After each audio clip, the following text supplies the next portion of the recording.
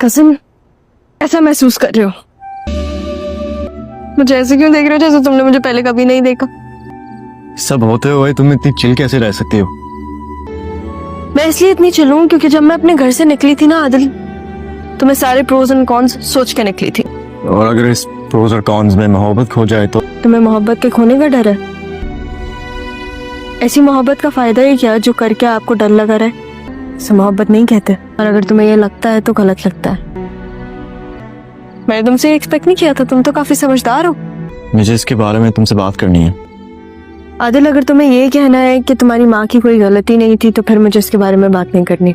देखो, मैं एक चीज जानता हूँ कि गलतियां सबसे होती हैं, शायद मेरी अम्मा से भी हो गई, मगर वो इतनी बुरी नहीं है कि वो मौत का झूठ बोले।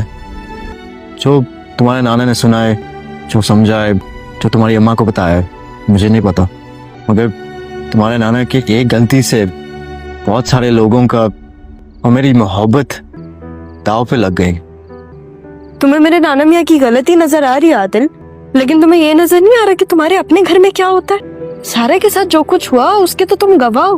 वो क्यों हैदराबाद गई, उसने इस घर को क्यों छोड़ा, ये सारी बातें तुम्हें पता है, लेकिन तुम फिर भी। आदिल, कभी कभी इंसान नहीं, वक्त गलत होता है। तुम्हें लगता है मेरे नाना मियाँ झूठ बोल रहे?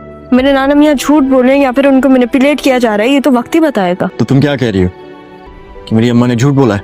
देखो, हम सबका अपनी अपनी जगह कोई सच है और मैं सच के ही सफर में अपनी मम्मा को इतना दूर लेकर आई। नाना मियाँ का जो भी सच है वो मैं उनसे उगलवा लूंगी। और अभी बहुत सारी चीजें क्लियर होना बाकी हैं, वक्त सब कुछ क्लियर कर देगा। बहुत सारी चीजें क्लियर भी हो गई हैं। वैसे हम इस दुनिया में कुछ भी कर सकते हैं, पर माँ बाप को नहीं बदल सकते। तुम्हारे नाना माँ ने गलती की है, प्लीज तुम इस बात को मान जाओ। सही कह रहे हो तुम।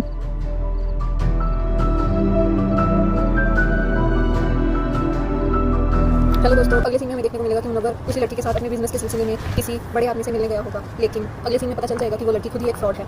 वो बिजनेसमैन मुनव्वर को दुबई भेजने का ऑफर करेगा और जब मुनव्वर ये बात अपनी माँ को बताएगा तो उसकी माँ उसे मना कर देगी कि ये सब गलत लग रहा है, कि इतनी जल्दी कोई कैसे तुम्हें ऐसे दुबई भेजने के लिए राजी हो सकता है। लेकिन मुनव्वर अपनी माँ की बात नहीं सुन रहा होगा। इससे आगे अपडेट्स जाने के लिए सब्सक्राइब करें। सेकंड पार्ट देखने के लिए बने रहिए इसी चैनल पर और सब्सक्राइब कर लीजिए। Thank you.